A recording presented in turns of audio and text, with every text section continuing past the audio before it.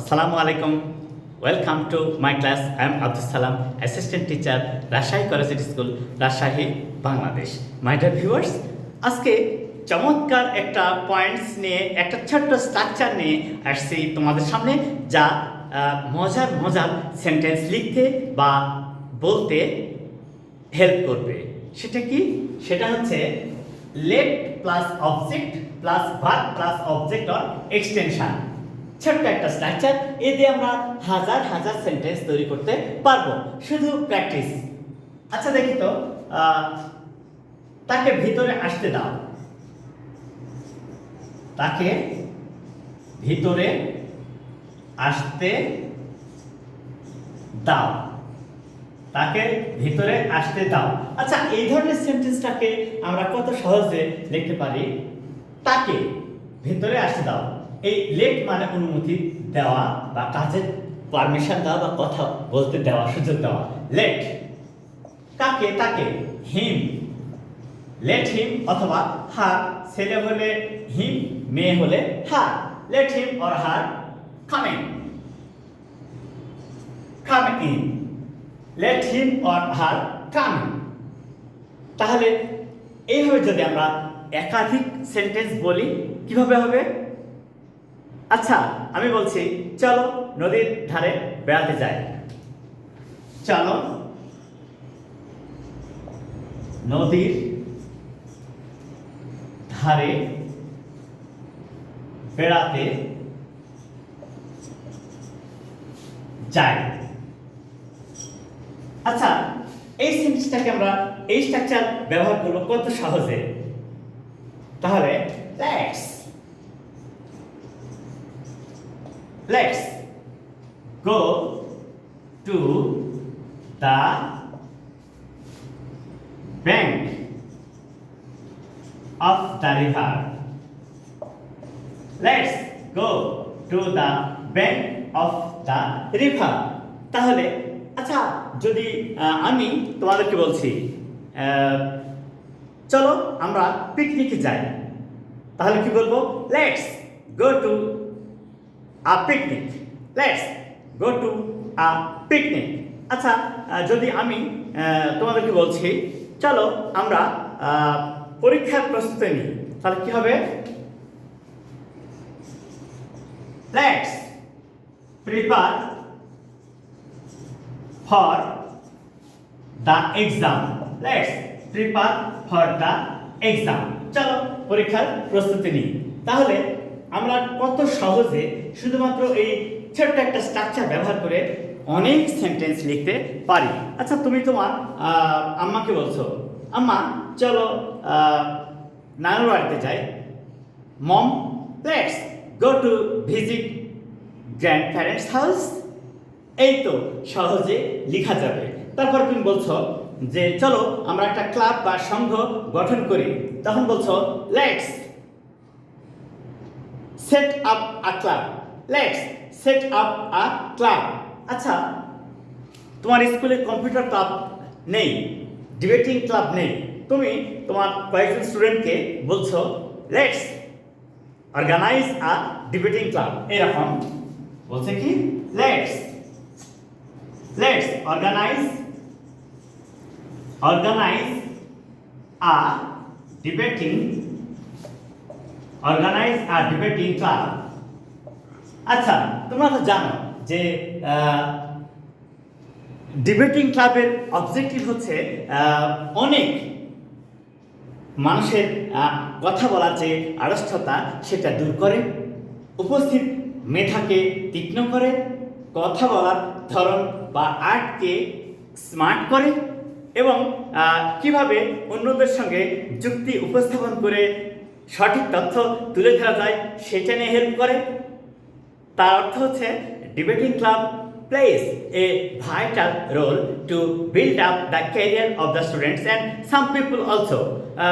Student হলেই যে debating club করবে তা নয়, যে কোনো পর্যায়ের মানুষ ডিবেটিং ক্লাব করতে পারে এবং সেখানে ভালো কথা, উদ্দেশ্য সহ কথা বলা এবং বাস্তব প্রয়োগ করা যায় এমন কথা বলা, যে তর্ক বিতর্কের যে অনুষ্ঠান সেটাই হচ্ছে ডিবেটিং ক্লাব।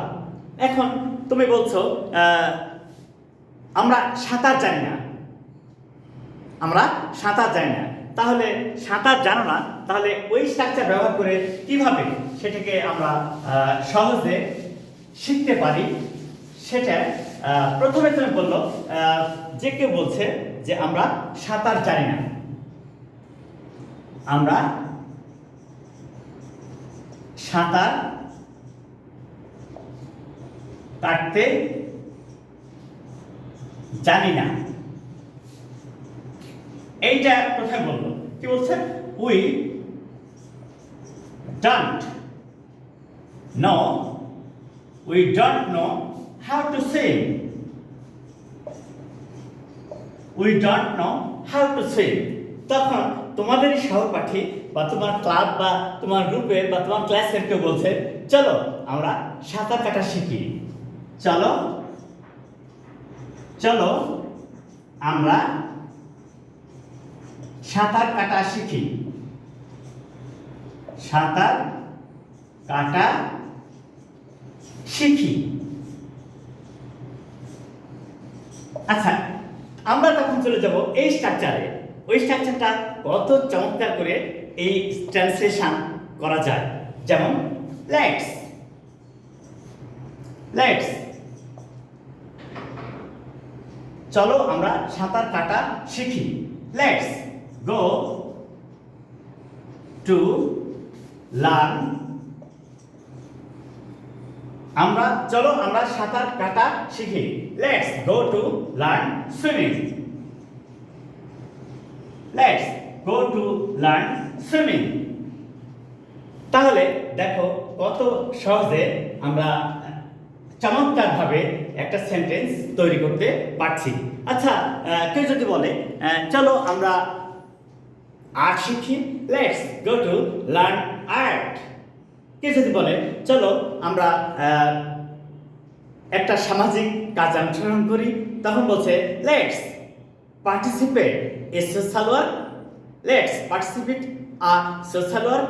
এইভাবে আমরা late plus object plus verb plus object অথবা এক্সটেনশন, এইভাবে অনেক সেন্টেন্স তৈরি করতে পারি।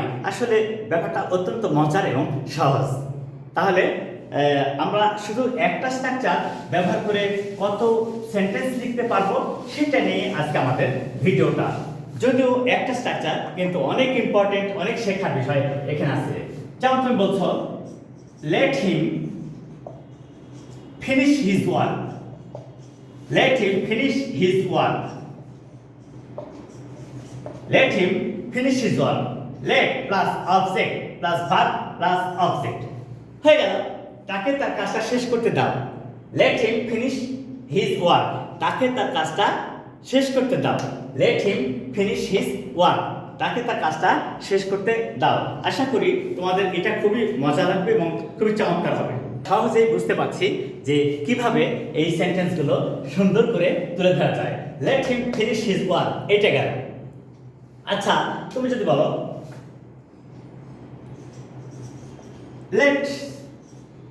Let's help the helpless, let's help the helpless, চলো আমরা অসহায়দের সাহায্য করি, চলো আমরা অসহায়দের সাহায্য করি। তাহলে আসলে কোনো কাজের প্রস্তাব করা অথবা উপদেশমূলক কোনো কথা বললেই এই স্ট্রাকচার ব্যবহার করা হয়। তাহলে আমরা ফাইনাল এসে একটা বিষয়ে সিদ্ধান্ত নিতে পারলাম যে কোনো কাজের প্রস্তাব করা সে যে কোনো কাজের প্রস্তাবে হতে পারে, আর কাউকে কোনো কাজের ভালো কাজের উপদেশ দেওয়া বোঝালেও এই স্ট্রাকচার ব্যবহার করা যাবে। আশা করি এখানে তোমাদের কোনো সমস্যা হবে না। আচ্ছা, এরকম লিখতে পারো তুমি, সেটা কি দেখো তো, let them do whatever they like, let them do whatever they like, তাদের যা পছন্দ তাই তাদের করতে দাও, let them do whatever they like. তখন এই স্ট্রাকচারটার কথা ভাবো, এই স্ট্রাকচার কথা ভাবো যে কি, late plus object plus verb plus extension, let them do whatever they like.